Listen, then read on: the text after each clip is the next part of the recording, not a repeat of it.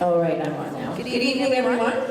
Welcome this evening to our All Candidates debate. My name is Rosa Miller, and I'm the President of the Prince Rupert and District Chamber of Commerce.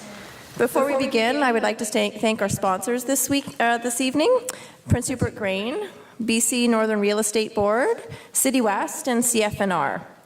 And I will now leave you with Lucas Anders, who will be the moderator for this evening. You may recognize Lucas he is the morning host for Easy Rock. Lucas. My name is Lucas Anders, and I have the privilege of moderating tonight's proceedings. And tonight's forum is presented and hosted by Prince Rupert and the District of Chamber of Commerce. And this evening, we'd like to welcome the candidates who are aspiring to become a member of Parliament for the Skeena Bulkley Valley riding. But before I introduce the candidates, I want to acknowledge with our collective gratitude that we're holding this event on traditional territory of the Tsimshian First Nations. Now allow me to introduce the participants in this evening's forum and describe the rules that will keep tonight's event respectful and informative. Okay, so we'll go over the rules first. Each candidate will be allotted 5 minutes to make their opening statement, and the order was determined in advance by a draw. Candidates will be asked not to interrupt the candidate's opening or closing statements, and until 8 p.m. we'll be receiving questions from the floor in written form for the question and answer period. They can be submitted in the lobby. There's a table there, and we'll just ensure that our media panel will go over those questions for us, for our candidates tonight. The answers to the questions will be limited to 2 minutes to ensure as wide discussion as possible. And then we'll have 1 minute allowed for rebuttal, and each candidate will, if they'd like to rebuttal, will hold up their card. We'll have also the Toastmasters will be here.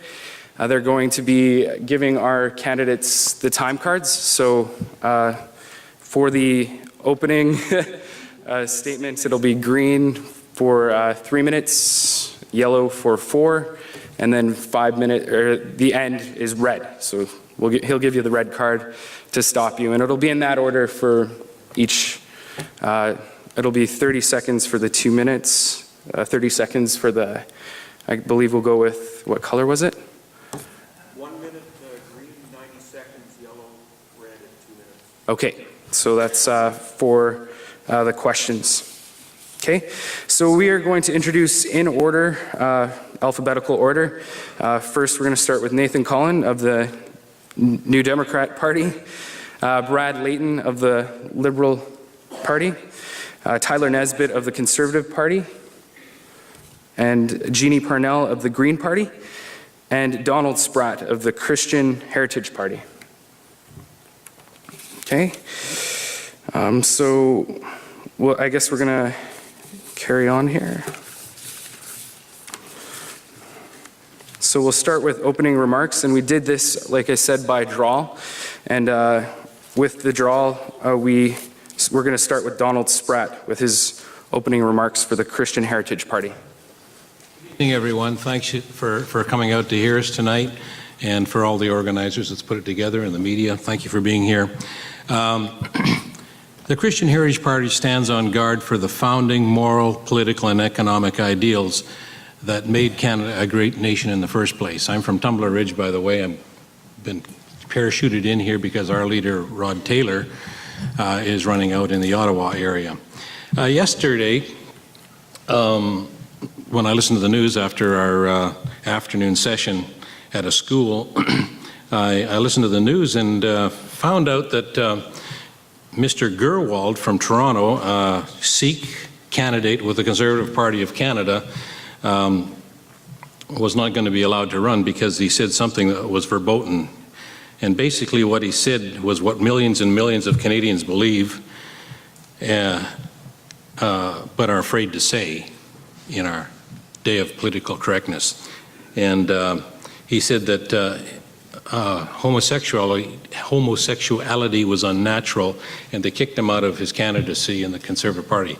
Now we'll be talking about lots of things tonight, and they're all important. But I think Canadian democracy is the most important. If we lose that, I think we'll lose everything. We hear a lot of talk about democracy and diversity and freedom, and yet some people just want it for themselves. I want it for me, but not for thee. And that isn't the way Canada was founded. Canada was founded upon principles that recognize the supremacy of God and the rule of law, a higher moral law than any national law. And it's a law that is called natural law, or the law of nature, and nature's God, historically. That's what our country was founded upon. The secular humanist philosophy basically says man is the center and measure of all things.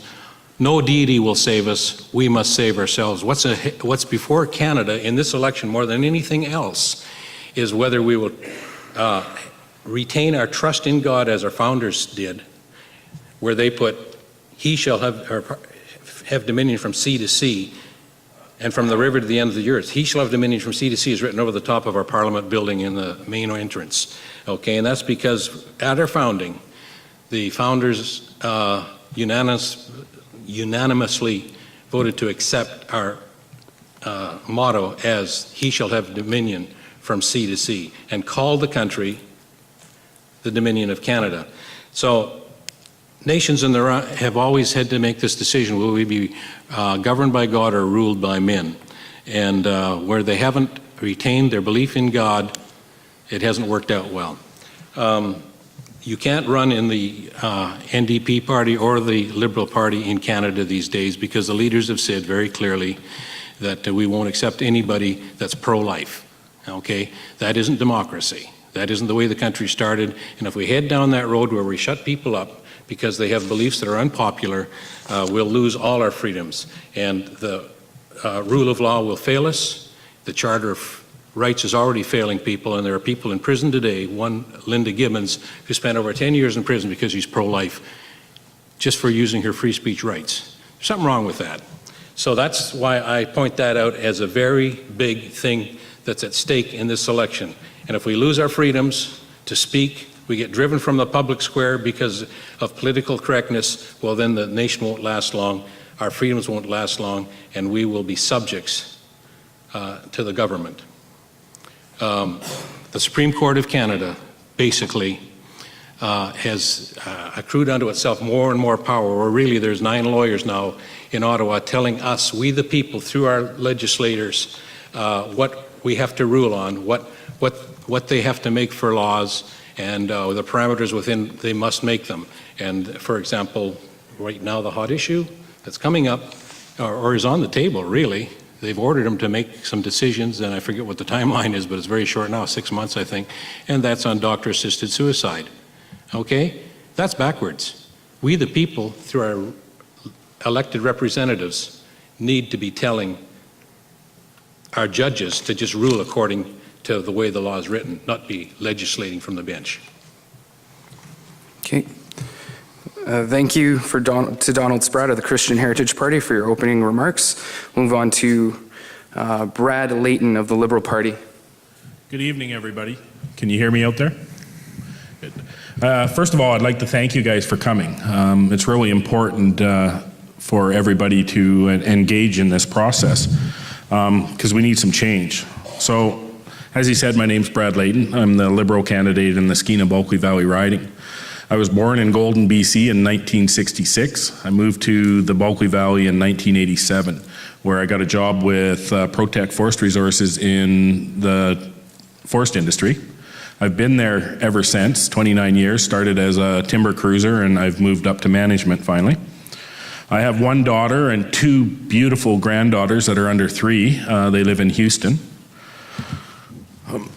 For the last 7 weeks, because I was a couple weeks late starting out the gate, I've been door knocking around our huge riding. Our riding stretches from Bella Coola all the way to the Yukon border, from Haida Gwaii all the way to Fort St. James.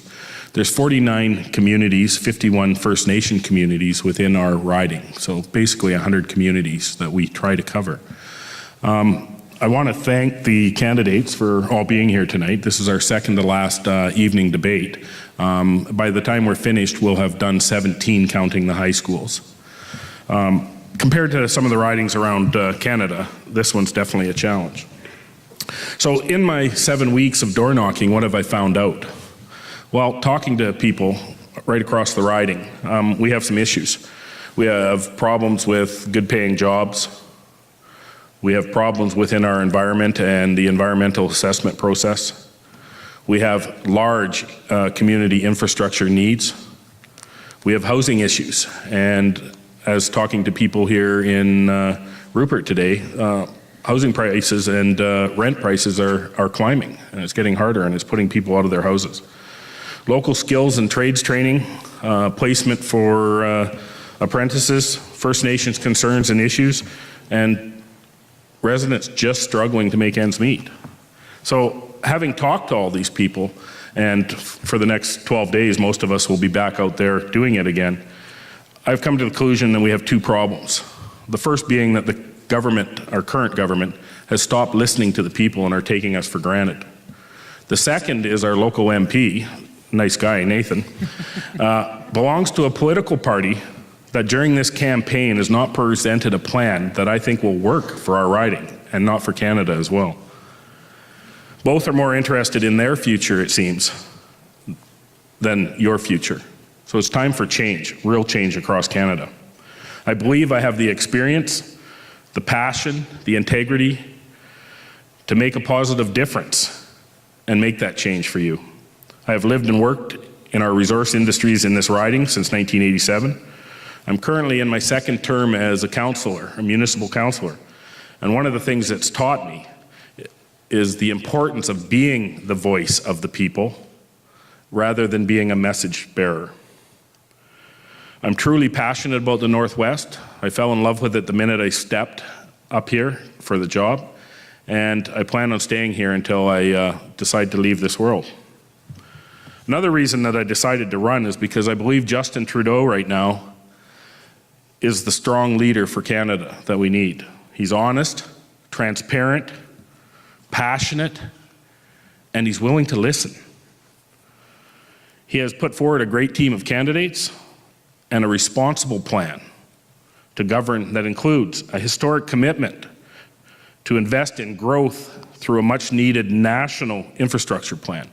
The infrastructure issues that we're facing, if the federal government and the higher governments don't step up to help us with our infrastructure needs, the only way it's going to get done is through municipal taxes.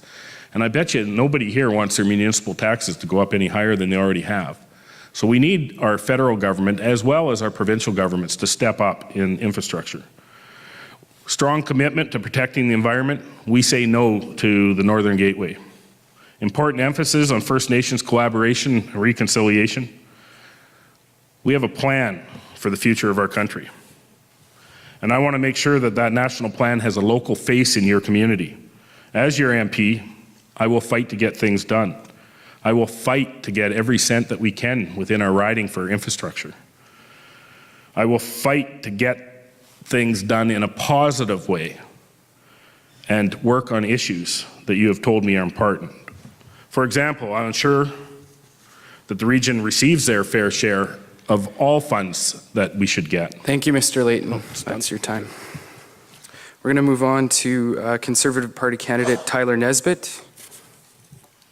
Well, of course, thanks everyone for coming here in my beautiful hometown of Prince Rupert. So I'm in this race because I care deeply about this region, its people, and its future. I was born and raised right here. After earning my degree, I moved back to the Northwest to work and raise my family here. I know that's only possible because of one thing, and that's opportunity. An opportunity to work, put food on the table, and invest in my children's future. I grew up here in the 1990s, and anyone who lived in this region during that time knows full well that, to say the least, times were tough. Those of us who were lucky enough to stay were heartbroken. We watched so many of our families and friends move away from our communities because the same opportunities that brought many of them here in the first place, those are being destroyed by their provincial and federal governments. A provincial NDP that devastated our economy and killed so many of our jobs. A tone-deaf federal Liberal government, antithetical to the West, its industries, and its way of life. We cannot forget the past. We can't afford to return to that, the failed policies of high tax, high debt, anti-development, and anti-job mentality. This region right now could be on the cusp of substantial economic growth and activity through responsible resource development like LNG. We're at a turning point. We need to ask ourselves, do we seize that opportunity or squander it? So I want you to take a moment and just think about what this big opportunity means for our families here. Think about the parents who worked really hard. They sacrificed and they saved so that they could send their children to post-secondary so they can get a good career. Parents want the best for their kids. I want the best for mine. I know that those parents are proud when their kids graduate, they take a high-paying job in Vancouver or Toronto. It pains those parents to have to live so far away from their kids. I know these parents would be overjoyed if their sons and daughters were able to get one of those high-paying careers right here and be once again united as a family.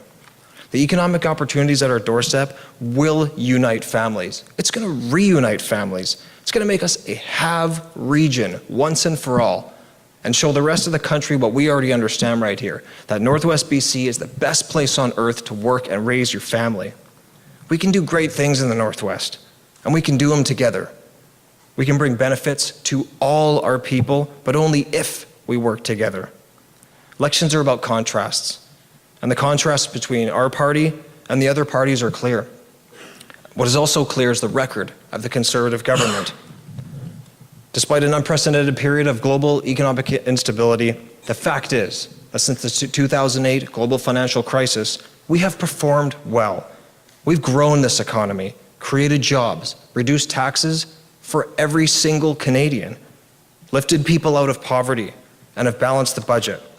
We've got the best job creation record in the G7. We've helped create over 1.3 million net new jobs. The overwhelming majority of those are full-time in the private sector in high-wage industries. We have the best income growth in the G7. Canadians living in low-income families is at its lowest level in 3 decades. We're helping to lift people out of poverty. There's over 250,000 fewer children in poverty than under the last Liberal government. We've taken 1 million low-income Canadians off the tax rolls completely, including 400,000 seniors.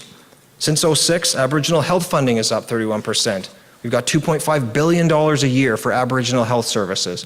We've built a strong and resilient economy that has withstood the largest global financial crisis in 80 years. And right now, another global financial storm is brewing. I know Canadians are worried about the market turmoil impacting their savings in their retirement.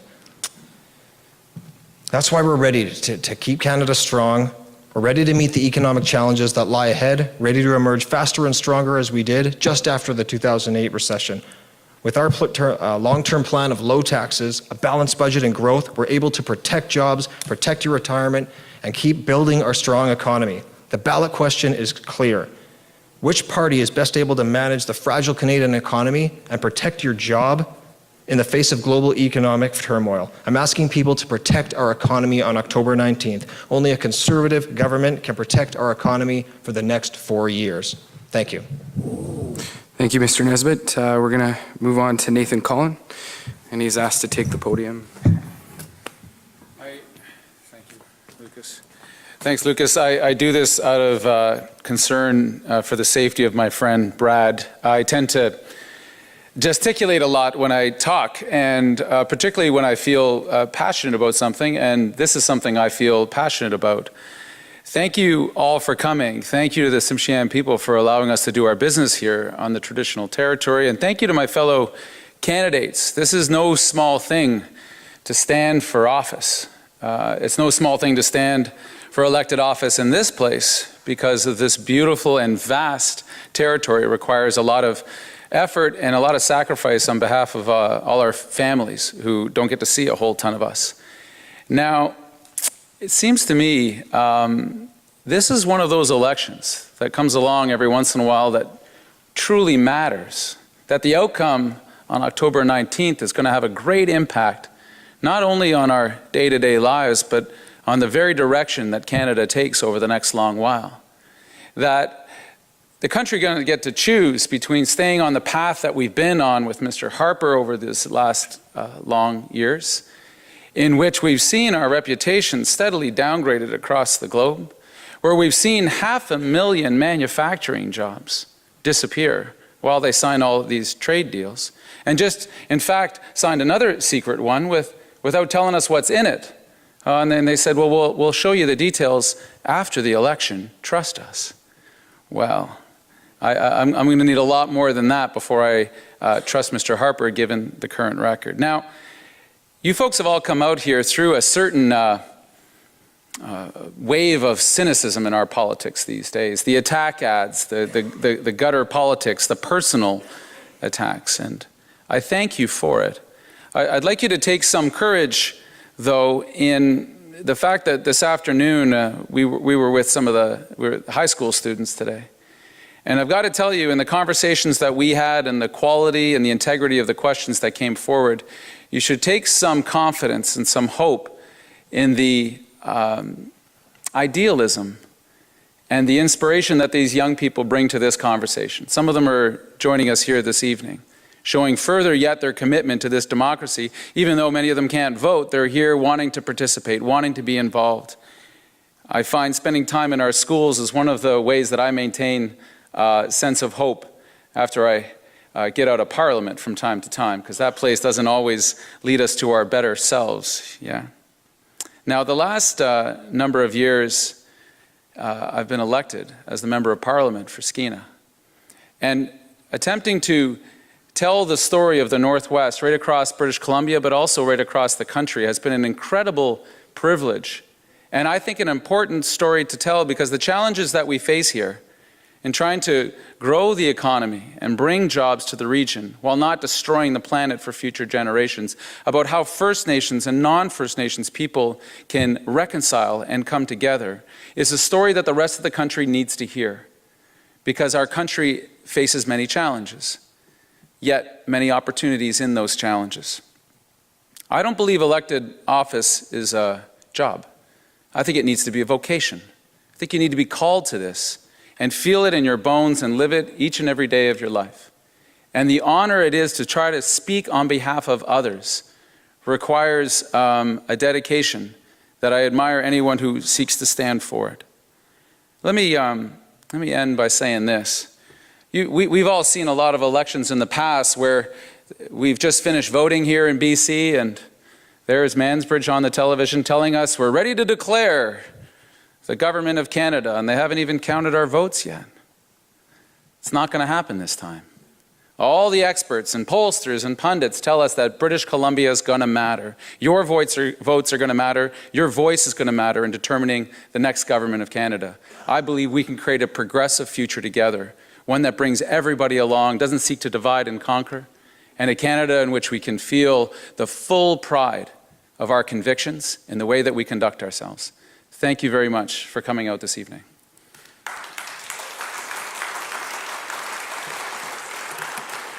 Thank you, Mr. Collin. We're going to move on to Jeannie Parnell of the Green Party. Good evening, everyone. Thank you for being here tonight, and thank you for the Tsimshian people for allowing us to do our business on their territory. My name is Jeannie Parnell. I'm Dene from the interior of BC, and it's a small community called Fraser Lake. I have 3 beautiful children, and one goes to middle school here, and another goes to college and high school. So my interest in entering in this federal election is purely on the interest of environmental protection. Not only is the Skeena Bulkley Valley this riding that we're all running for, it's also my traditional territory. It's the territory that my ancestors have hunted and gathered on for hundreds of thousands of years. So that really means a lot to me. And environmental protection is front and center in the Green Party platform. Also, My interest in this election as a Green Party representative is to ensure that the democratic environment, that in this democratic environment, everyone's voices can be heard. That includes Aboriginal people, women, and even the schools that we've been visiting over the last couple of weeks, that we got a lot of tough questions from, by the way. I really want to take my hat off to all of the candidates here at the table. It's a tough job, and it takes you away from your friends and family, and yeah, so I'm happy to be up here with them. Also, the part of the platform of the Green Party is to ensure that we move forward economically and while thinking about the environment. I'd also like to bring to the table the First Nations issues and the conditions on reservations across the Skeena Bulkley Valley riding. To date, Health Canada has put out a letter stating that 85 First Nations communities are on a boiled water advisory. The First Nations communities are under the sole jurisdiction of the federal government. On the First Nations communities, it's third world conditions. A lot of our people are in poverty. I would like the federal government to be accountable for all First Nations and to ensure that all of our basic needs are met, including housing, clean water, and good food, healthy food to eat. I'd also like to highlight the 300 missing and murdered Aboriginal women. Over the past 10 years, APTN has noted that there are 300 missing and murdered Aboriginal women. We are calling for a national inquiry. We have been calling for a national inquiry. We have been walking all over the province trying to raise awareness to this issue, but our calls have been met with deaf ears. So it's a tough question, but that's why we're here. We need to resolve this issue, and we need to resolve it today. Violence against women is not acceptable, and it needs to stop. And it needs to stop by men standing up and saying, you know what, this is not okay to treat our women so disrespectfully. So there is a moose hide campaign going on by another member of our community, Paul Lacerte. And he's challenging all leaders to stand up and say, you know, violence against women is not okay. So that's part of my campaign. That's what I want to bring to the table, and I want our voices to be heard. So thank you. Thank you, Jeannie Purnell. At this time, we're going to take a break, give you some time to move about in the lobby and possibly submit some questions for our media panel. When we return, we will we'll start with introducing our media panel to you. And so we'll reconvene in about 15 minutes.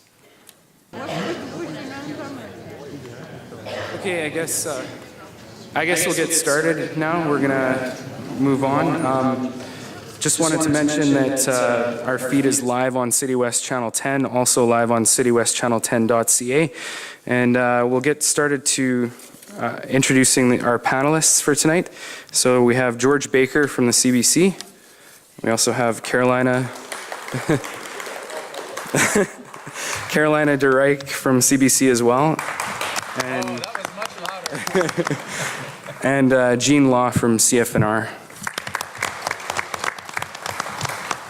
Okay, just a reminder for you for the question period.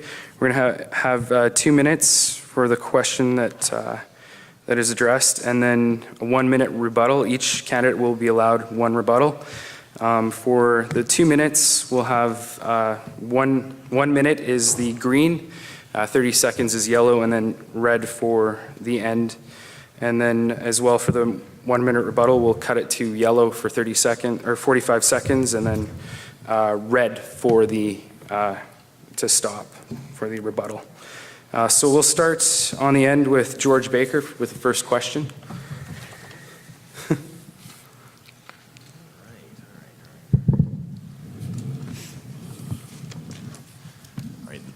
This question is to all the candidates. What are your thoughts on the recently passed Trans-Pacific Partnership Agreement? I guess we can start with Don Spratt.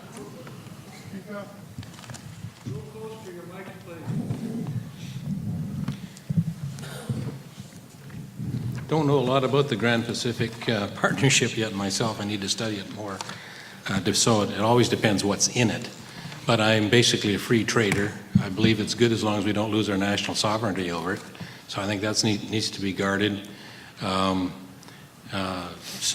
But basically, I'm for it. Okay. So the Trans-Pacific Partnership is being negotiated in secret. Our knowledge about the TPP is limited, but what we do know is that there are plans to give corporations the right to sue governments over environmental protection laws. That threats our food and safety regulations. In spite of millions who are opposed to this deal, our representatives have ignored our voices. The Green Party is opposed to the TPP on the basis that we know nothing about it. And we will know nothing. We won't know anything for about 30 days.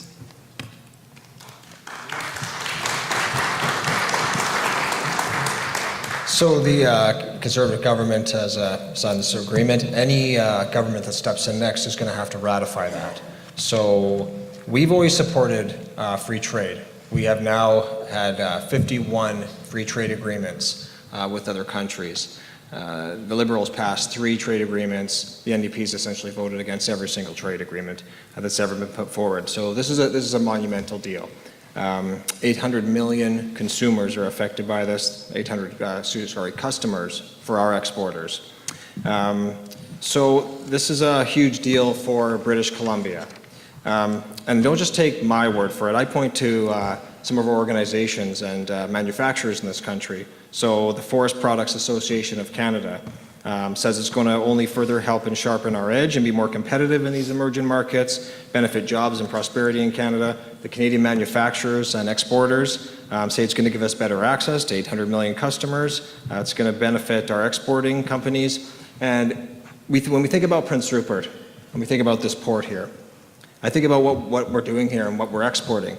So the major export location for so many of our products is going to Asia. So it reduces tariffs and makes our companies more competitive, our manufacturers more competitive, because it reduces tariffs on the things we make here, on lumber, on herring roe, on salmon, on shrimp, on mining materials. So you don't just have to take my word for it. I talked to the manufacturers, I listened to their opinion, talked to the financial individuals and companies out there. There's no doubt that we've had to make concessions to protect farmers mostly in Ontario and Quebec and the auto sector. So if they experience any loss in their earnings from this, they're going to be compensated. Every single trade deal has winners and losers, but overall the net benefit to this is good for Canada and especially good for Northwest BC. Thank you, Mr. Nesbitt. We'll have Mr. Layton. So the TPP has been signed, and as Tyler said, it needs to be ratified by the next government, whether that's the Conservatives or the Liberals or the NDP. We don't know, we haven't heard anything out of it. We've got some leaked documents that we're basing some of our discussion on. Until we actually see what's in it, we really can't pass judgment on whether it's really good or it's really bad. The Liberal Party and myself, we are in favor of trade, but we're not in favor of trade if we sell out some of our key things like our agriculture, our food supply. I mean, you see, everybody hears that, we should be buying local and establishing our local food supply. Think of our Canadian food supply as our bigger local. I mean, if we start selling it out and bringing food in from elsewhere, what happens when things don't go right? So until we actually see what has been given away to gain what, I really can't fairly criticize it or endorse it. Until they give us those facts, we'll have to wait and see. Thank you, Mr. Layton. Mr. Collin? Well, if the government were confident about what were in the deal, you think they'd actually show us what's in the deal. And the fact that the Prime Minister decided to sign this deal a week and a half away from the country going to the polls and then not tell anyone about it gives me some concern. Just trust me is not enough for me when I'm thinking about Mr. Harper and how he's handled our trade negotiations. Let me give you an example. They've signed all these trade deals. Our trade deficit now is at record highs. We are at a historical high for trade deficit with the rest of the world. Over that same period, we've lost 450,000 value-added jobs in this country. So anyone can sign a deal. The question is, what kind of deal are you signing? If the deals you're signing continue to kill value-added jobs, manufacturing jobs, if the deals you're signing continue to make our trade deficit grow every single year, then what kind of deals are you signing? This is, I will agree with Tyler on this is a monumental deal. This is sweeping. We don't even know all the details of how it affects our intellectual property rights, pharmaceutical costs, and there are farmers in this Northwest riding that are under the protection of the Milk Marketing and the Egg Marketing Board. The fact that the government has to go and compensate them makes you think that they're going to be paying a price. And by extension, food security in this country also pays a price. So I'm sure that the banks and the multinational companies are thrilled with this, because they're always thrilled with these things, particularly if it helps their bottom line. I'm sorry, but I just don't trust Harper on these things, because I've seen his record, and his record speaks volumes. They can give us all the shiny pamphlets, but I look at the facts. Everyone's entitled to their own opinion, but not their own facts. And the facts are the following. Trade deficits have never been higher in this country. We've never lost more manufacturing jobs over a period of one administration than we have under this guy. So no, we don't just simply trust Mr. Harper, and no, we simply don't trust his ability to bring home a good deal for Canada. Thank you.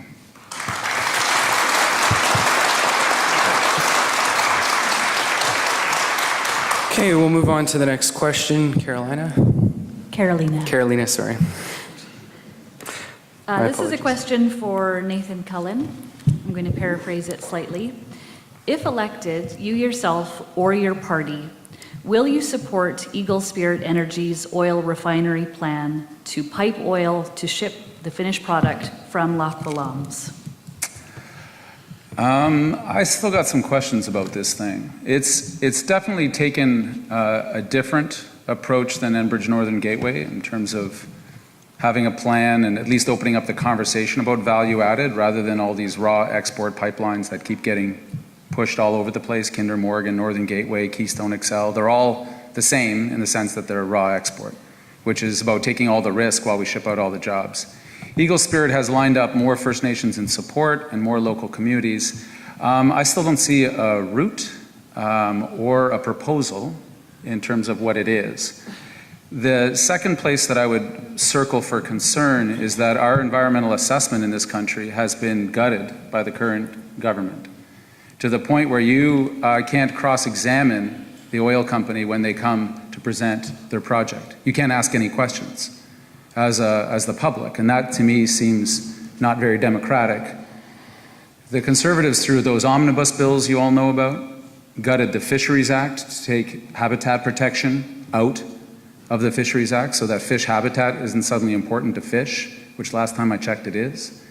They also have very much gutted our scientific ability to assess these projects. And so you need an environmental assessment that accomplishes two things. One is meets the local consultation so that people can actually inform themselves and ask questions and get answers from the company. And the second is that we actually use science to base the decision on rather than politics. One of the other changes Harper made in that omnibus bill was to take the decision away from the National Energy Board and give it to him and the cabinet, and said we wanted to take the politics out of the assessment. Well, then why are you having the politicians be the one that actually decide? So we have to review the environmental assessment, but Pacific Spirit and the others are free to apply, and if they can make a value-added proposal and change the risk-benefit assessment for people that live in the region, then it's something we should consider. Okay. We'll move on to Gene Law of CFNR. All right, this question is for Tyler Nesbitt. So, Mr. Nesbitt, why isn't the Prime Minister calling an inquiry into missing and murdered Indigenous women? Do you support a national inquiry? And Let me first start by explaining to everyone what my family and friends look like. So I have 3 First Nations women in my family. My my wife has 3 First Nations sisters who are Nisga'a. Some of my dearest and closest friends, growing up in Prince Rupert, anyone would understand that they have a lot of different communities here, and some of my nearest and dearest friends are First Nations people. The most important thing for me, when Harper talks about those studies being done, was for me to learn about what is in those. So I read those studies. The most important thing to do with this issue, First Nations women are abused, kidnapped, and murdered at disproportionate rates across the country. And it's completely abhorrent. And that's why we have to do something about it. That's why action is important.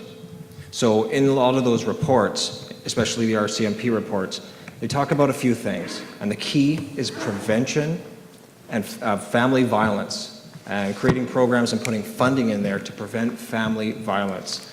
And those programs have to be developed with the communities themselves. It's their communities, it's their families affected. The second thing is you have to have awareness campaigns. We got to get this in the front and center in our schools, in front of our businesses, in the public. We need to improve the data that's out there. We need to have a missing person DNA database. We need to have more funding for the Missing Person Center across this country. So as someone who would hope to represent not only those friends and family members I'm talking about, but at least a third of our population here is First Nations people.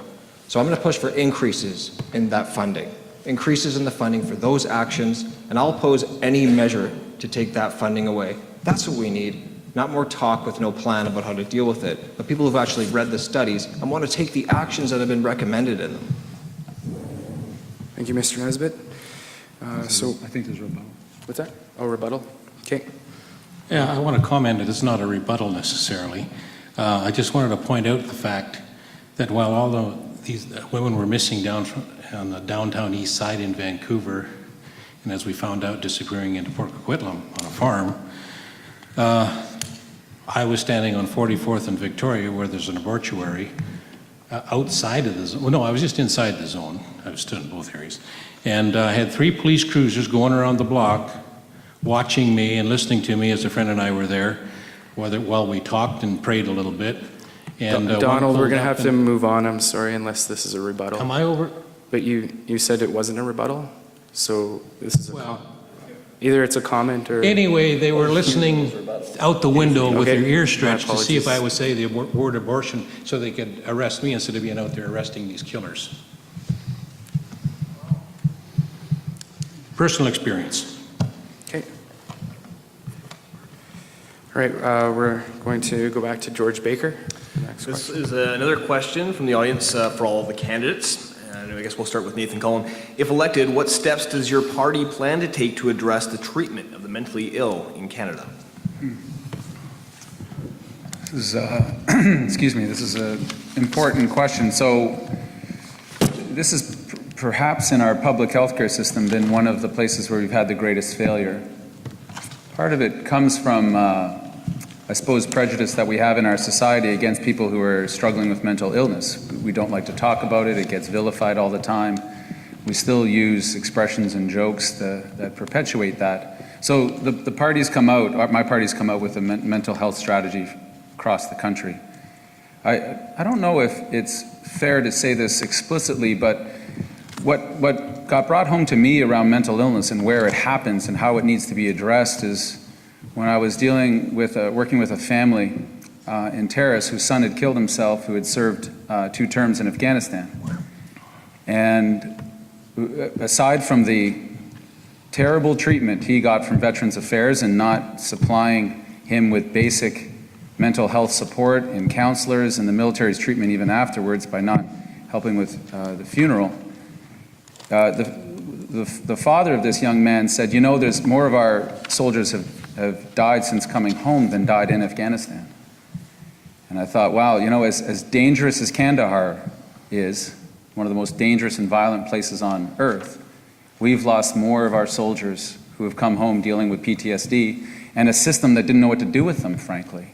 Didn't know how to address that injury. They could address an injury if someone's got it on their physical presence, but not anything else.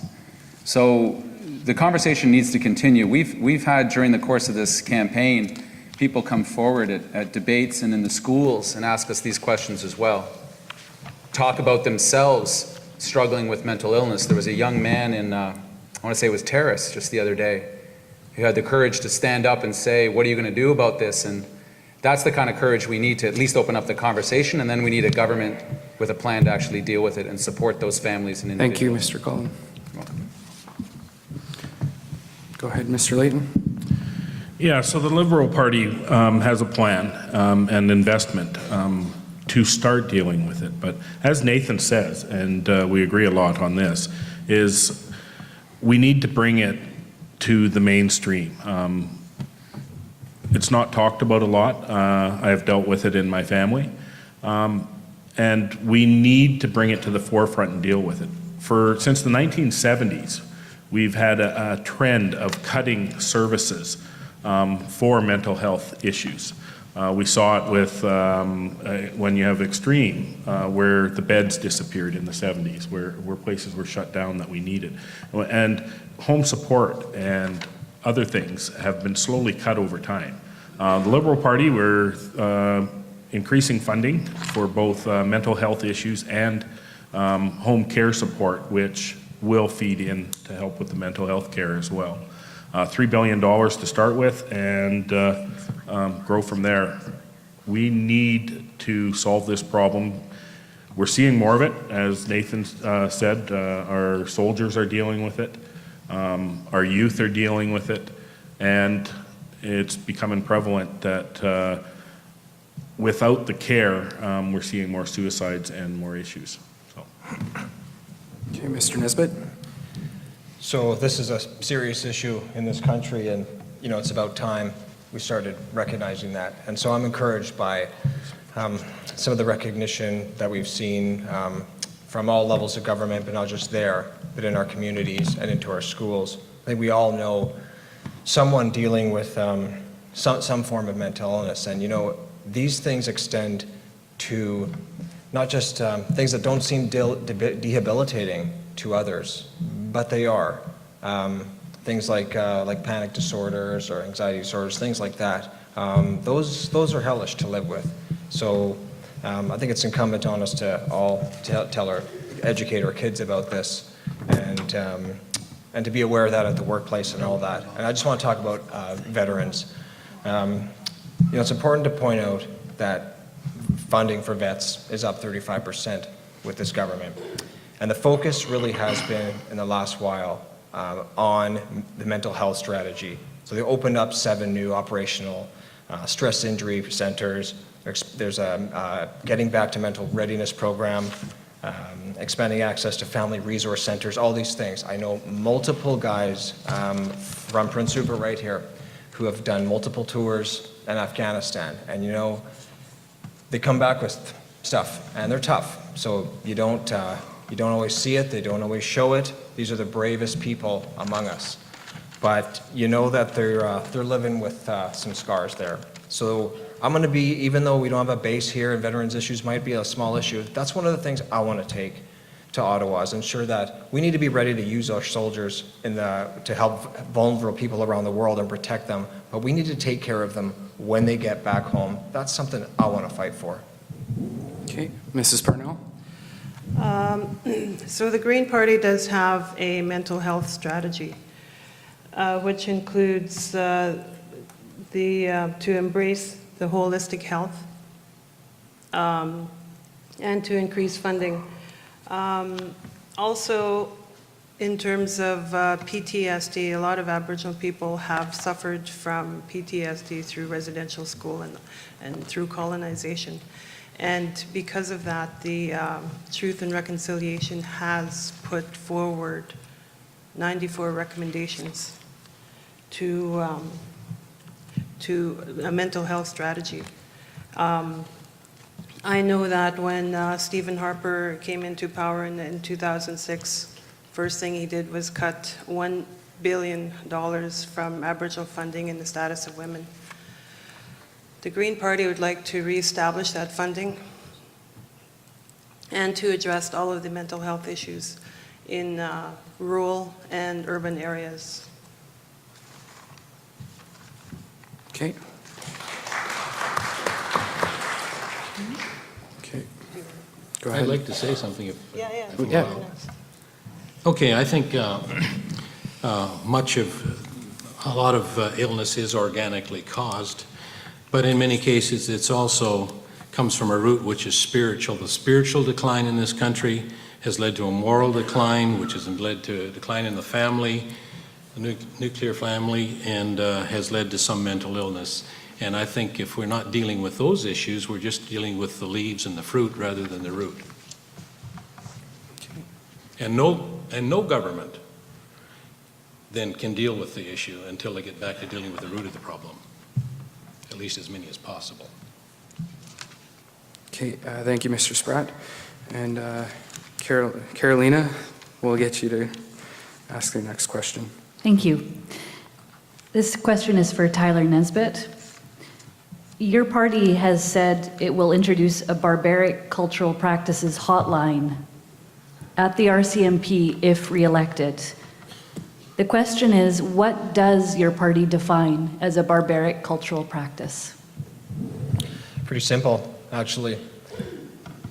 I think one of the things that's important is that we have, there's something called, I have my degrees in anthropology, and there's a term that came out of anthropology, it's called cultural relativism. That essentially means that you treat all cultures objectively, so that what they do in their culture, well, it's not up for us to say that that's okay or if it's not. I think we have a duty to be moral at the same time. So I don't think female genital mutilation, forced marriages are something that are Canadian values. And those forced marriages and underage marriages of girls, that is a reality in some places. So when people are subjected to those kind of situations, I think it's important for them to have a safe place where they can reach out to people. You know, conservatives always get accused of being, not compassionate. Nothing could be farther from the truth. I mean, who are we trying to help here in this instance? These are the most vulnerable people in our country. And I think it's important for us to have a place where they can reach out and so we can help keep them safe. I mean, I just can't see it any other way. I know people want to make this a wedge issue and a social issue. And I don't think women going into forced marriages in this country is funny, but I'll have to hear others' responses, I guess. Okay, thank you, Mr. Nesbitt. We'll carry on. We'll get Jean Law from CFNR to ask the next question. All right, this question is for Nathan Cullen and Tyler Nesbitt. So recently there was a coroner's inquest that showed there isn't enough support for parents with autistic children.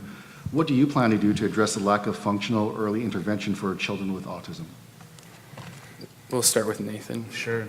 It's a great question. It actually ties back into the general support that we have been lacking from our healthcare services. We've seen a commitment from this government to cut $36 billion out of health transfers. And that's not according to me, that's according to the Canadian Health Institute, and that's according to the provinces of this country, that this government didn't negotiate a new health accord, it just came in and told the provinces you're just getting less and suck it up. Some of these things are simply a question of funding. To have the early and most immediate and comprehensive intervention to be able to do the assessments is what's needed. And if you don't have those bodies on the ground, if you don't have those professionals doing it, then people sit in the system without being properly diagnosed and without receiving the proper support. I got to roll back to this barbaric cultural practices thing.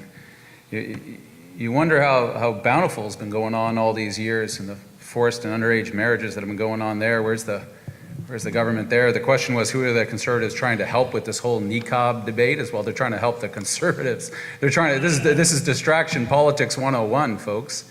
That there's 2 women who are seeking to take the citizenship oath and are trying to do it with their cultural wear, which, while I might not be comfortable with, we have a constitution and a charter of freedom and rights in this country, and that should be upheld. And it is being upheld by the courts, but challenged by our government. This is distraction classic, dog whistle politics. Nothing else, nothing more. There are so many challenges that we face in this country: economic, environmental, social. Let's deal with the real issues that are in front of us in this campaign, not be distracted by some sort of dog whistle tactic at the last minute just to save a government's backside. Thank you, Mr. Collin. We'll move on to Mr. Nesbitt, sorry. So on the autistic thing, which I think that was the question was about, so I think I've already sort of indicated that that mental health is a huge issue for us, and that's why I said the things I did. But going back to this bountiful BC thing, I think, well, the governments have intervened, and if you follow the news, you know where that is with the courts. So health funding has not been cut. Health transfers were actually cut under the Liberals. Healthcare transfers to the provinces are at record levels right now. So we are increasing at the 6% every single year. Guess what? It's going to keep going, increases every single year. In a couple of years, it's going to go to 3%.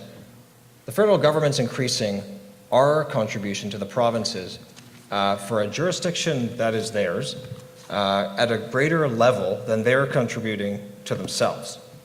So, you know, and this niqab thing, the government is able to say, this was not an issue before, this was something we did a long time ago, to say that when you're, at the moment when you're going to join the Canadian family, that we think it's appropriate, and 80-90% of Canadians also agree with us, that you show your face.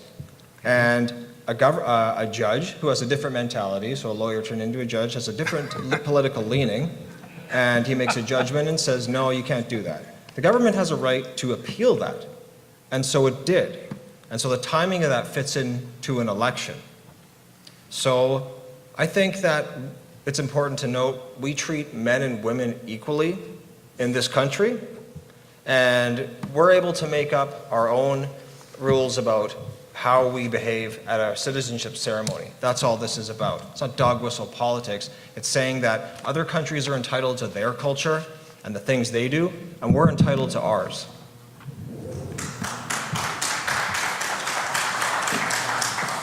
Okay, we'll move on to George Baker of CBC for the next question. We'll stay on the health stream here. This is a question for all the candidates. What is your party's plan to resolve the issue of the soon-to-be expired health accord? We'll start with Mr. Spratt. The soon-to-be expired what? Health accord.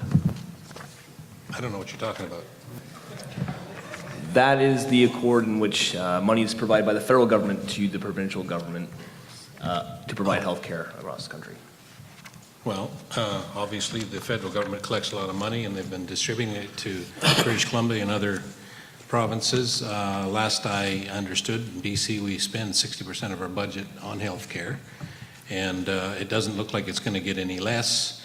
We've got a diminishing, well, maybe not a diminishing, but basically I'm a baby boomer, and I know that my generation is going into the healthcare system in a big way now, because we're getting older and our healthcare costs are going up, and we have a socialized medical care system. So it's going to cost more and more money, and younger generations are saddled with the cost of that, while we don't really have much of an increasing population to cover it. And I'll make the point about abortion. When you've got 4 million children missing over the last 46 years, that's the equivalent population of Alberta, they could be paying in, and some of them that would be having children already would be paying into the system to help support it. So there's only so much money to spread around that a government can tax, and the rest of it's going to be on the backs of future generations. And so it's not an easy dilemma, but we've created a lot of it ourselves, or the governments have.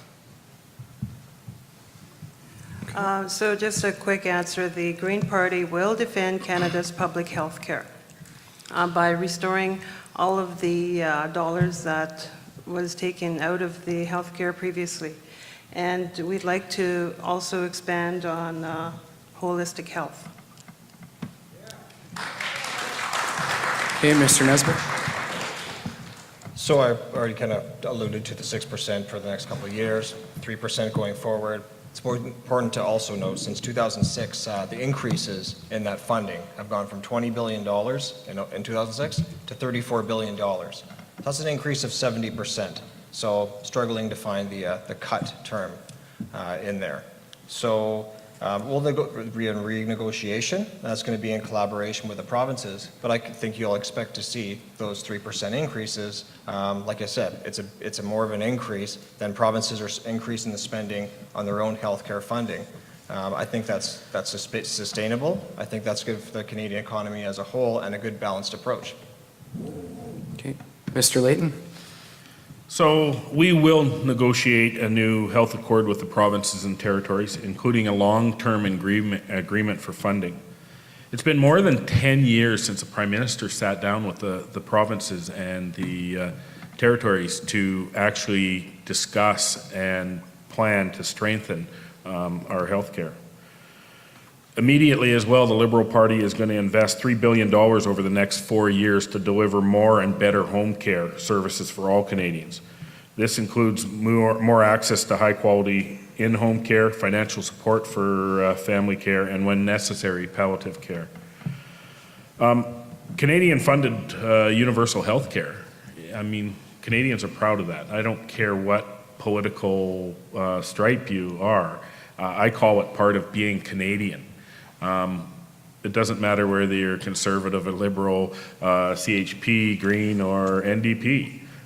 We like our public health care, and we need a Prime Minister and a government in power that is going to take the steps to negotiate a new accord, plan the long-term funding, and do a respectful negotiation and collaborative process with the provinces to make sure that our health care stays strong and stays the envy of people in the world.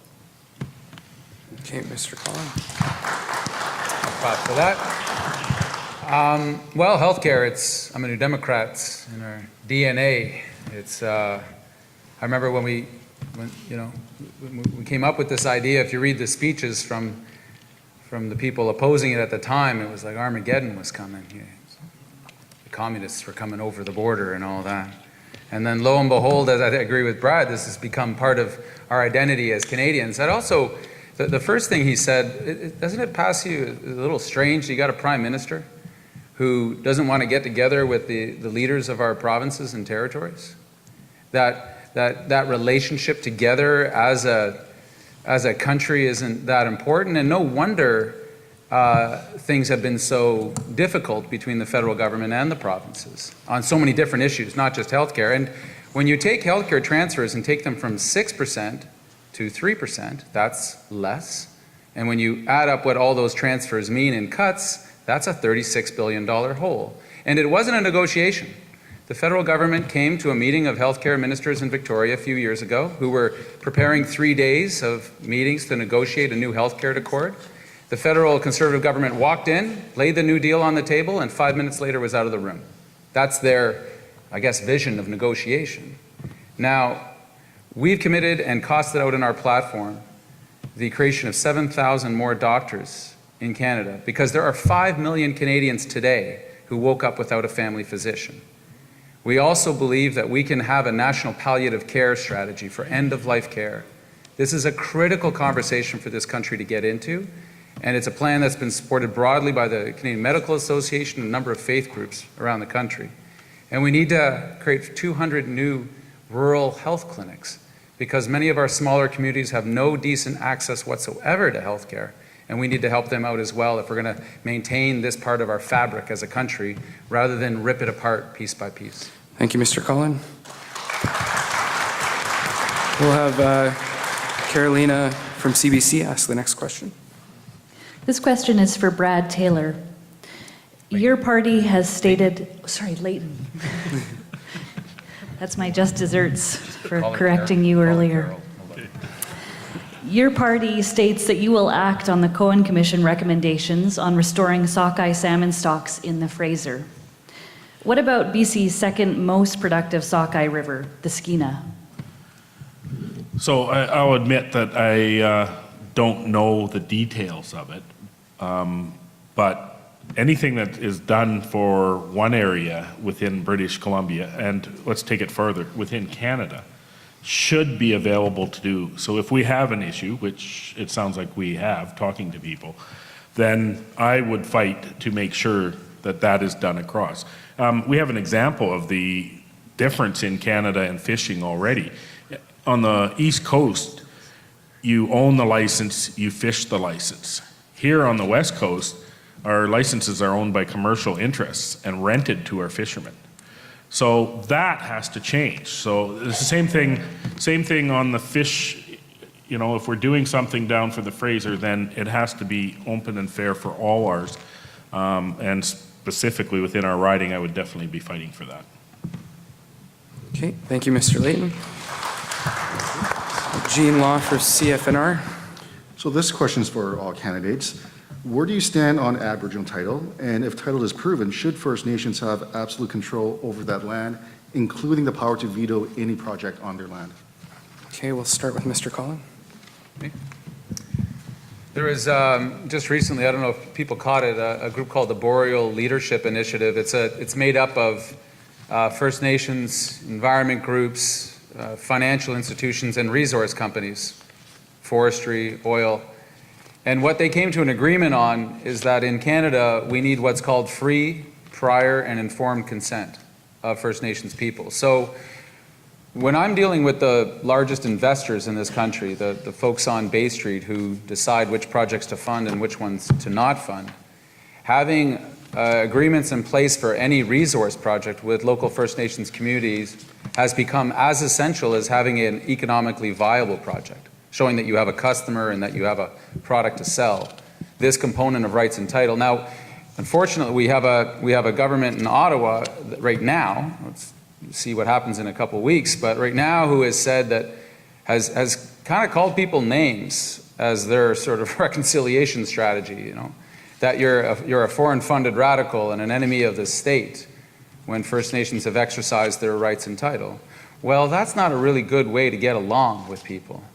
What I'm watching increasingly across the Northwest is that First Nations are coming to reconciliation within the First Nation around how to govern themselves between the elected band offices and the hereditary chiefs.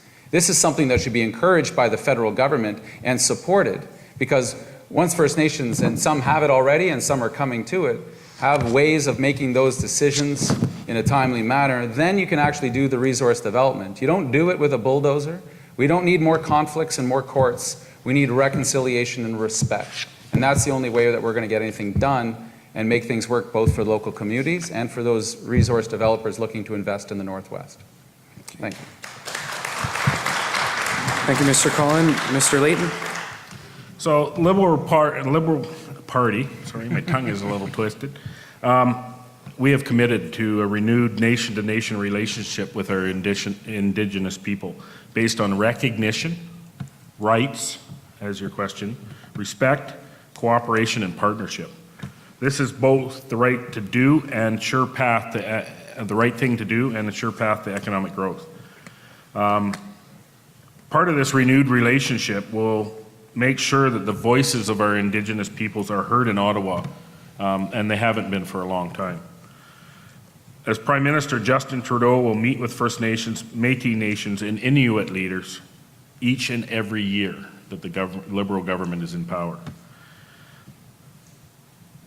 The current government hasn't stepped up like it needs to. As Nathan had brought up, we seem to be in conflict in litigation.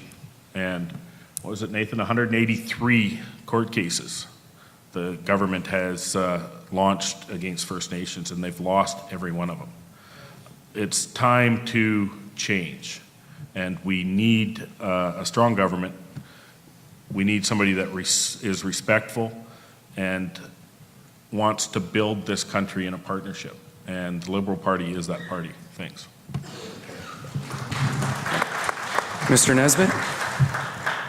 So First Nations should fully be able to exercise that right. So if we're talking about Lulu Island or anything like that, they're fully within their rights to do that. We should recognize that. If I'm going to be going to Ottawa to represent a riding with 30% First Nations people, I need to understand that, recognize that, and respect it. And that, for me, it all starts from a point of respect. Anyone who knows me, anyone who's met me through this campaign or knew me before knows that that's the way I start with everything. So if we start it from a point of respect, you'll be surprised how much you can get done across the table in business or in this kind of situation. And companies understand the need to do this. They understand already before that decision the need to have that prior informed consent, because they're going to get held up in courts and nothing's going to proceed without that kind of collaboration and negotiation. So it's imperative that what we have in this, though, is clarity. Companies, businesses, our communities, they need to understand what that means. So if we know exactly what prior and informed consent means and what the standard for that is, then we all know what that is and know how to go forward. So I think that's crucial, is the clarity there. And I think a lot of people will be surprised what's in the Conservative Constitution. Some parties have removed their policy book from the internet because people started reading it and seeing the awful policies that are in there, but ours is still on there. And in there it says that First Nations, the more we delegate the powers and the responsibilities to First Nations group and give them control of their own destiny, the better. And that's the place we need to get to. I know that might surprise a lot of you, but that's our position. That's my position. Okay. Thank you, Mr. Nesbitt. Mrs. Parnell. So yeah, in terms of Aboriginal rights and title, yes, Aboriginals, people of First Nations do have Aboriginal rights and titles, and we do have say over what projects go over our territories.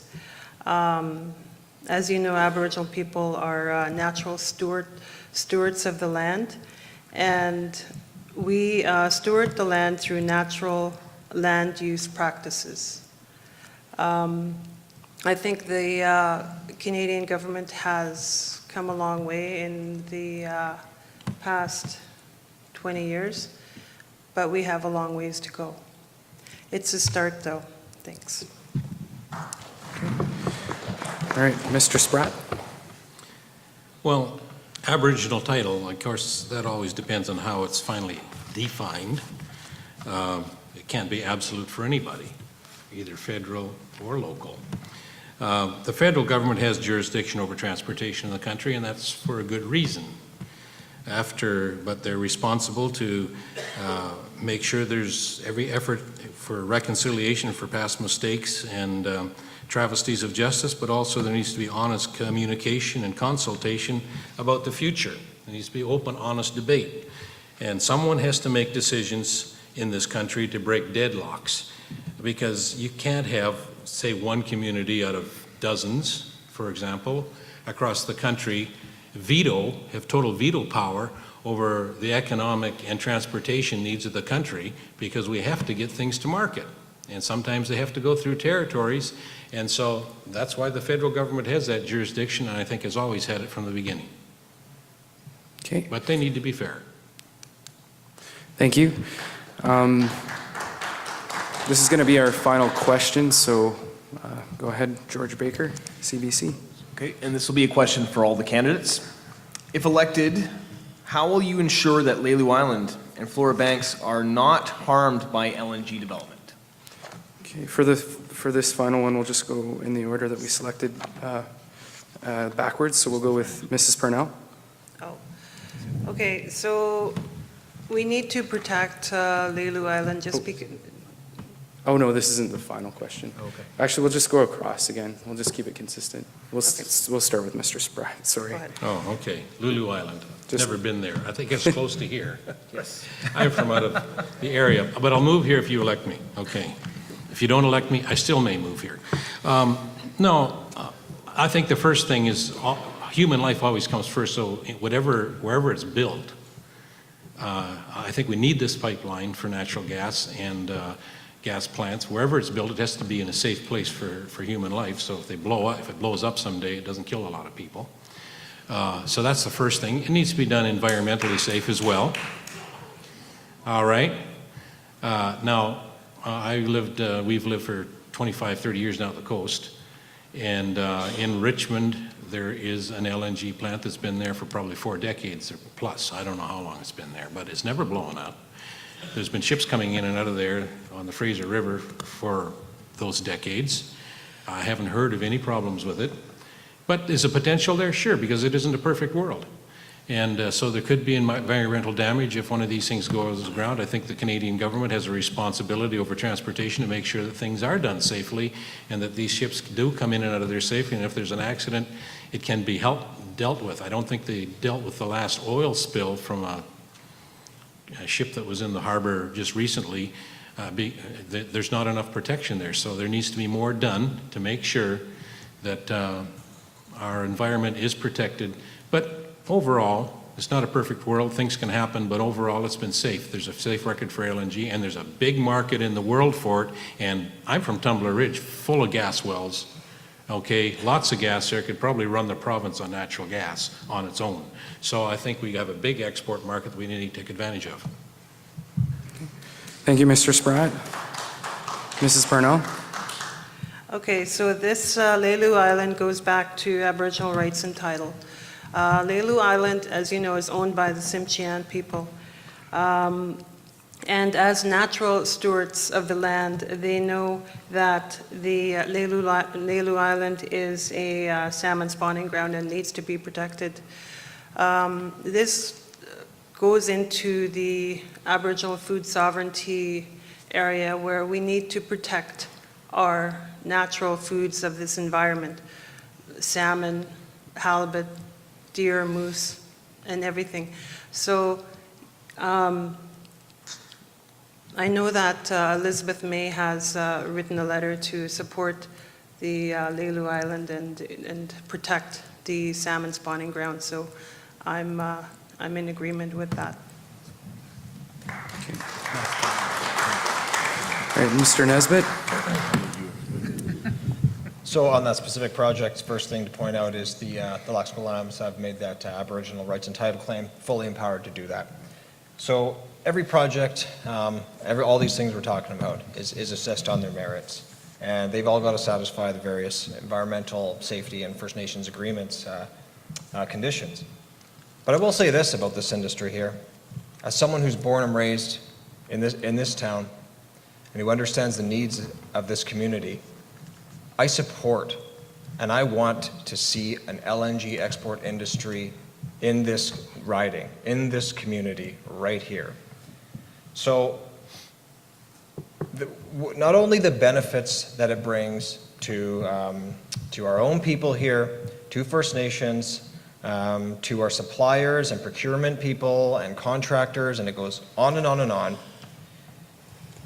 If you care about climate change, what are the experts saying to do about it? How can you have the biggest impact on it? Well, we can do all those good things I said about bringing benefits to everyone, but we can also help send a product that burns half the greenhouse gases that coal does, which Asia is burning on a massive scale, and we can help get them off of that. If you want to make an impact and you care about climate change, well, I couldn't think of a better way to do it. First Nations all along the line, besides the Laxqualams, have signed benefits agreements to this. They clearly recognize the benefits it's going to bring to them, their people, job opportunities. We need to build an LNG export industry in the Northwest, and I'm someone who supports that. Mr. Layton? So the Liberal Party does support economic development, but we also strongly, and I strongly believe, that we can have both sound environmental practices and strong economic development. So Lilu Island, to be specific, there's all kinds of questions about it, and it's been in the media for a long time. I spoke at CBC on the Almanac on it, and we have concerns, and I've had concerns since day one, and I've actually had some of my concerns addressed and answered, but all it did in the last few weeks talking with people here in Prince Rupert and elsewhere is bring up more questions. We don't know the process very well. I had a gentleman today say, well, when you refrigerate something down that much, you generate heat, which is true. You look at your fridges, they put heat out the back. Where is this heat going? Is it just going into the air, or are they using water, and is it going into the water system? We don't know a lot of these things yet, and we have to investigate more. My concern is they had 5 shortlisted sites, and I can't find out what the other 4 were. So obviously they were worse sites environmentally than Lilu Island, because that should have been part of the process. But I don't know. We need economic development, but we need to make sure that we are not hurting our future and our children's future with something that is going to damage our salmon. And I'm going to let Nathan explain a few other of the salmon part, so because I got a limited time here to talk. We need to make sure we're doing it right. First world country we are, first world technologies. We need to do it right the first time. We don't want to find out in 20 years that we screwed it up. So, Thank you, Mr. Layton. oh, ran out. Mr. Cullen.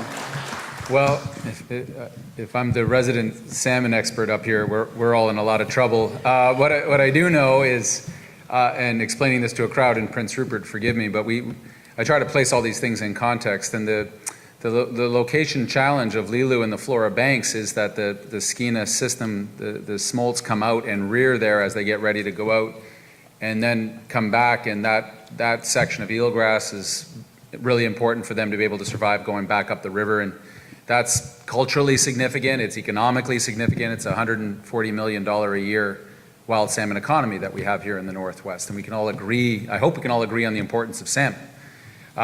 For the last couple of years when I've been meeting with the company, from the first meeting on, I expressed concerns about that location, that it would make it more difficult on an environmental level, and it would also make it more difficult politically, and by extension legally, because of likely First Nations concerns. The company feels committed. I will give credit here on this, that very early on I offered all the LNG companies, because I meet with them all, the opportunity to hold public forums in which we would have the company present, an environmental group, First Nations, and local business. Because to my mind, the decision should be greatly impacted by the public, and the public should have every opportunity to hear all the arguments at once, not just the open houses with the nice pictures from all the different sides, but all at once. And that company and others took me up on that offer. We had one here, and we had others across the Northwest that went very well. I think that should in part be the model that we choose going ahead. So to specific to the questions, I still have concerns. The company has modified the proposal somewhat. It hasn't yet met the standard of the test for the Lac Wallams people, and I think those are legitimate concerns, because we can't mess up that particular part of our ecosystem without significantly messing up our salmon. So I think there's still opportunities for the company to correct course and get this done. A rebuttal from Mr. Nesbitt. Is that 1 or 2 minutes? 1. Okay. So Nathan's the only one who's come out against this project. So he's prejudging and disrespecting. Well, your mayors and all your communities, I want this to go. So he's prejudging and disrespecting the tens of thousands of hours that groups, including the First Nations, Kitsim-Kalam, Gitgat, Kitsillas themselves, have done, the science that they've done to look into the effects of this and how to mitigate them, including a one-of-a-kind suspension bridge that avoids any infrastructure whatsoever on the Flora Bank. So he's come out against it, hasn't even seen the science. He's not even doing the science. You haven't seen any of the reports. So you haven't seen them. And if you think you're smarter than those groups doing that, those assessments and that science, well, I beg to differ. The only job creation proposal he's made on this is hiring lawyers to help sue the government and cost taxpayers millions of dollars. So let me be clear, if you want to kill LNG, vote NDP.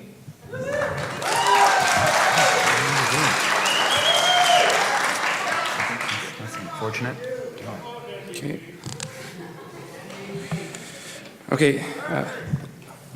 Okay, so we're gonna move on. So this is the closing remarks. And just for the purposes of time, we'll have everybody remain seated for this portion. As we drew in advance, we're gonna do it in the reverse order. So we'll start with. Oh, sorry, Gene. that was the last question? Yes, this is the last question. I'd like to use a rebuttal. Okay, well. No, I don't mean to be problematic. I know it's difficult to judge how you'll go through the course of the evening. Yeah. Is that okay? Yeah, well, every candidate has a rebuttal, so use yours if you see fit. I'd like to use one now. Okay. So that was an unfortunate exchange. In the sense that, I'd heard earlier talking about respect and then a demonstration of the lack thereof. I think the idea that we would come forward and say that, first of all, let's not make a mistake. An impact benefit agreement with a chief and council does not represent a First Nation support of things. The government does this all the time. It's the divide and conquer strategy. In order to have full reconciliation in First Nations rights and title, you have to deal with the First Nations as a whole in order for that company and the community to have the certainty that we desire. I think it is fair to raise questions about projects. I just don't think in a democratic and free society that if you raise questions, you somehow get vilified as anti-this and anti-that. I think posing questions suggests intelligence. I think posing questions suggests what the job of a member of parliament is, which is to represent people and their concerns. I don't apologize for that. Thank you, Mr. Cullen.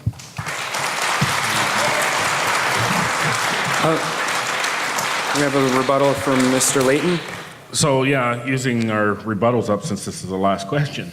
I think some of this exchange up here goes back to citizens have lost faith in our environmental assessment process. We don't know, it could be really good, but it's so secretive and it's so hard to feed and get information out of that we don't know. And I mean, 65% of the people in the country have lost faith in our current Prime Minister. So it kind of mirrors itself with the environmental assessment having lost faith in it. We need to restore that faith. We need to make it transparent so we know that when these decisions are being made that they're evidence-based, not idealistic things or goals to get oil to market. We have to make sure our decisions are evidence-based and our scientists aren't muzzled and they can actually tell us if it is a proper decision. I support industry. I support us having LNG, but I need to be able to trust that the decisions that we are making is based on evidence. Thank you, Mr. Layton.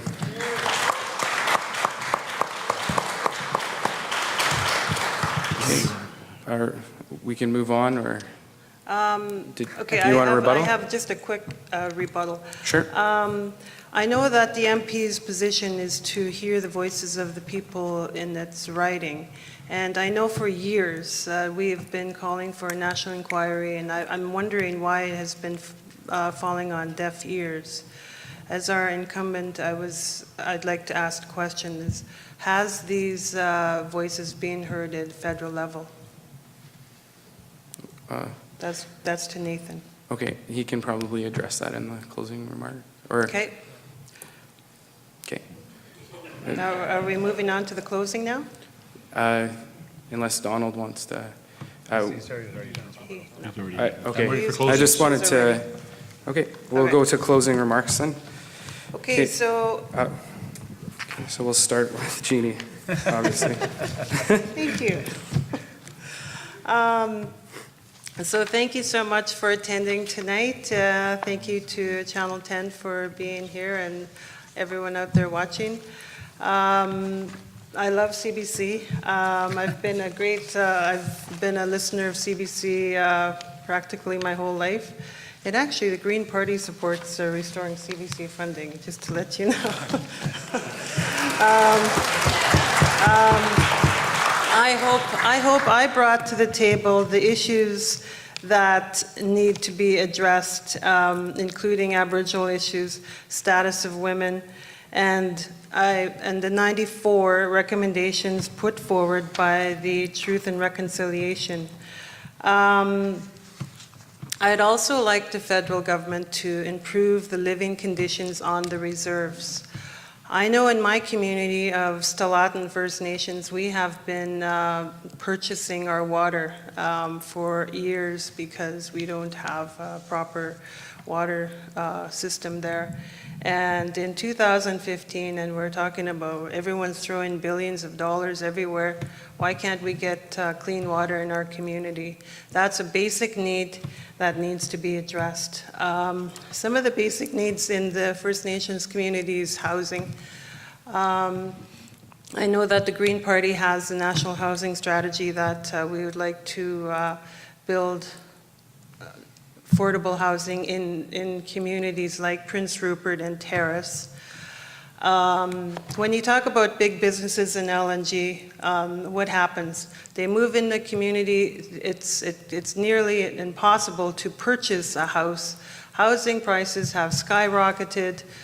The homelessness in these communities has skyrocketed as well. So we need to address the homelessness issues as well. Your time's up. Thank you. Okay, thank you. Okay. Thanks. Mr. Collin? Yes, first of all, thank you to all of you, to the organizers. In passing comment, I'll say two things. Jeannie, I liked your comment about the CBC. I now know what George Baker looks like when he blushes. That was nice. On a much more serious note about the missing and murdered Aboriginal women, we have raised this with this government hundreds of times. The Prime Minister was asked about it just this past Christmas, and he said, well, it's a national inquiry is not on my radar, which I thought was a somewhat insensitive way to dismiss what is a very important issue that the families of missing and murdered women have been asking for years. The government found money to have a national inquiry into missing fish on the Fraser River, but not when it comes to First Nations women and girls in this country.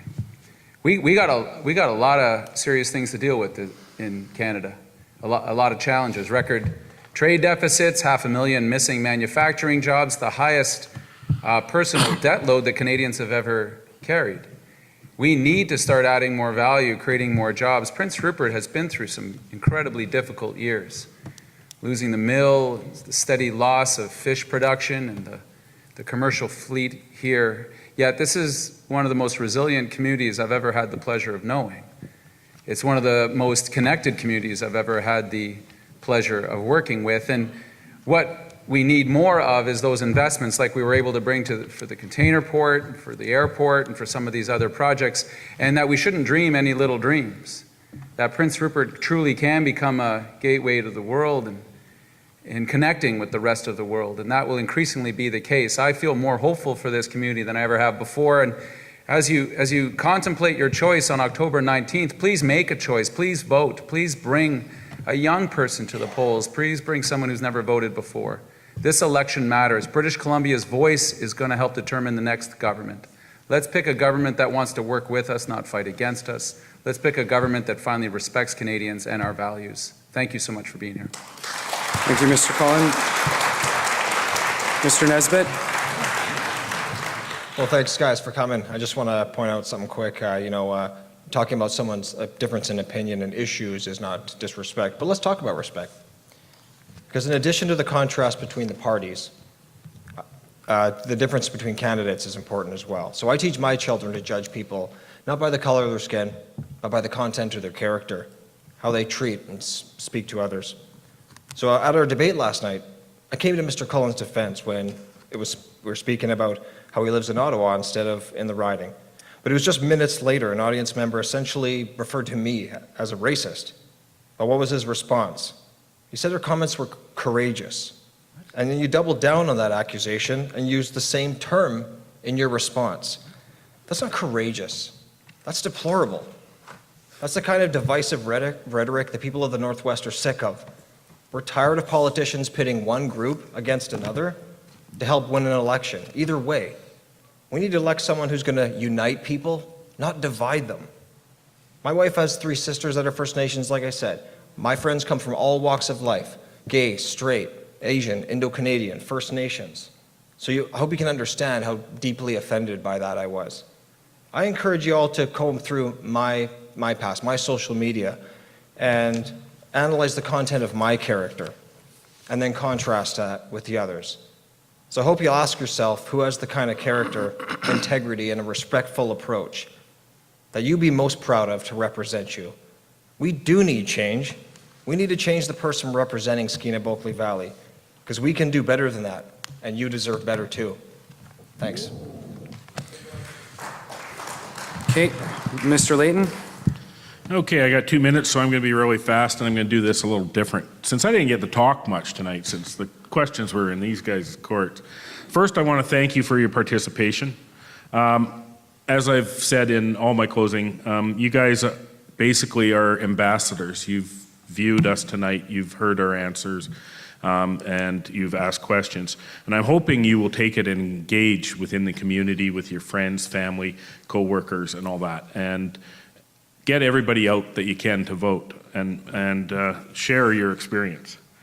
So the Liberal Party, I didn't get to talk much about our plans tonight, so I'm going to list off just a few of the things that we have. And you can find it all on our site, liberal.ca, or you can contact me and I am glad to talk one-on-one, phone, I will show up, whatever it takes.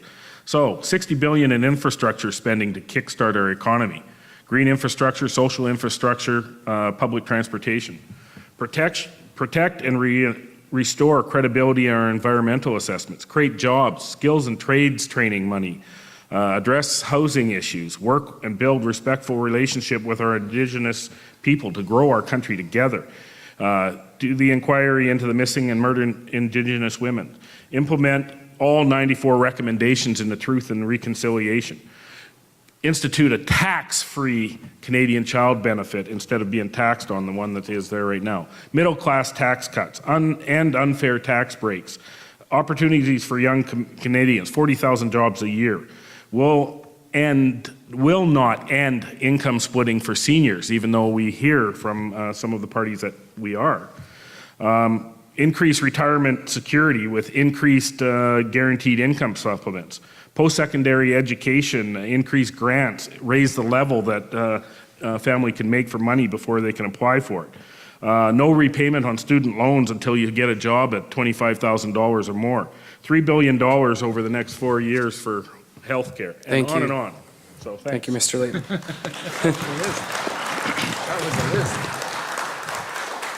Okay, so I guess we're just gonna, on behalf of Prince Rupert and the District Chamber. Oh, wait. Don, sorry. Oh. Don't forget me. Yes, I'm not going to forget you, Donald. Sorry. Forgiven. Just jumping ahead, I'm looking at the time. Okay, well, we've had a good exchange tonight on a lot of issues, and that's what democracy is supposed to be. It's a nation that was where debate was allowed. Now, these things are being challenged, some of these values now, and that's why I want to just share some wisdom from people that were before us, that are smarter than myself. On July 1st, 1960, Prime Minister John Diefenbaker described what it means to be a free Canadian when he introduced the first Canadian Bill of Rights to Parliament. This is what he said: "I'm a Canadian, free to speak without fear, free to worship in my own way, free to stand for what I think is right, and free to oppose what I believe to be wrong, and free to choose those who shall govern my country. This heritage of freedom I pledge to uphold for myself and all mankind." I've adopted that same pledge for myself, and that's why I speak as strongly as I do for freedom. The CHP, the Christian Heritage Party, will defend and preserve the heritage that made us a free and just and prosperous nation in the first place. Voltaire said, "To learn who rules over you, simply find out who you're not allowed to criticize." It's a day when people are being shunned because they're criticized and driven from the public square because of what they believe. William Penn, founder of the Pennsylvania colony and state later on, said men must be governed by God or they will be ruled by tyrants. That's the choice before Canada. Do we want to be ruled by tyrants, or do we want to be ruled under the law of nature and nature's God, or natural law, and the rule of law, which in our Constitution or preamble, that's what it's referring to, okay? And then Thomas Jefferson said this, he said, "Can the liberties of a nation be thought secure when we have removed their only firm basis, a conviction in the minds of people that these liberties are the gift of God?" Thank you. Am I at the end of my time? Yes. Oh, sorry about that. Just remember what I said. My apologies to you, Donald. I do get up at 4 o'clock in the morning, so I'm a morning show host. So sometimes things... anyways, now we'll go to the concluding statements here.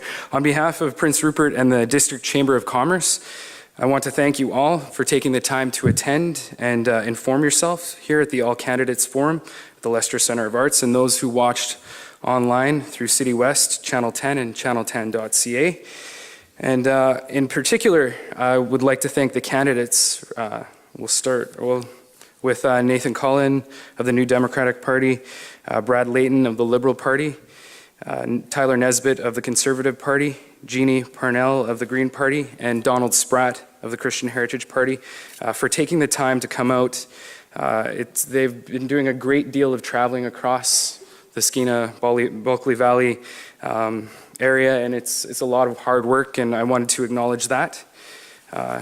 As well, our Toastmaster, Dave McKeever, for being our timer tonight, and our panel of media, George Baker, Carolina Derike, and Jean Law of CFNR. So I wanted to thank all of you for helping out today. And one other note, if you haven't received one of these election cards, make sure that you do see somebody or contact the Elections Canada office as soon as possible to ensure you're registered to vote. Make sure that you practice your right to vote. It's very important. Also, to mention, there's a little bit of confusion around the location of the polling station.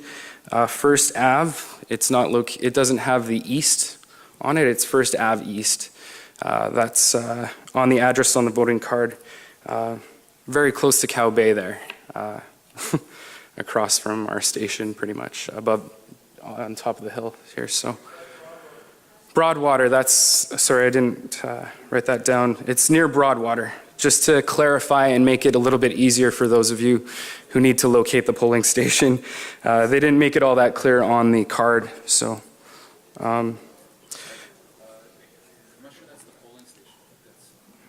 So that's the election office. The Civic Center is where you'll be voting, the Jim Ciccone. My apologies. If you're trying to locate the office to question or get registered, you can go there. There was some confusion about that address. Somebody wanted me to clarify that for you. It is the Jim Ciccone Civic Center, obviously, on Election Day. Again, thank you for your attention this evening. We'll get Rosa to come up just for a moment for some closing remarks from her, or is she here? John, we'll get you to come up to replace Rosa. I think you've closed, but I do want to thank everybody for turning out tonight. I want to make sure that, I like the idea of making sure that if you know some young people and this is their first time, take them under your wing, and invite them with you, because it's important to have youth here, and it's important to have youth voting, especially first time. So you're all mentors. You're now dubbed mentors, and just help our community to make sure that our votes count. So thank you very much for tonight. Thank you very much, candidates, and we look forward to seeing what happens on Election Day. Good night. Thanks.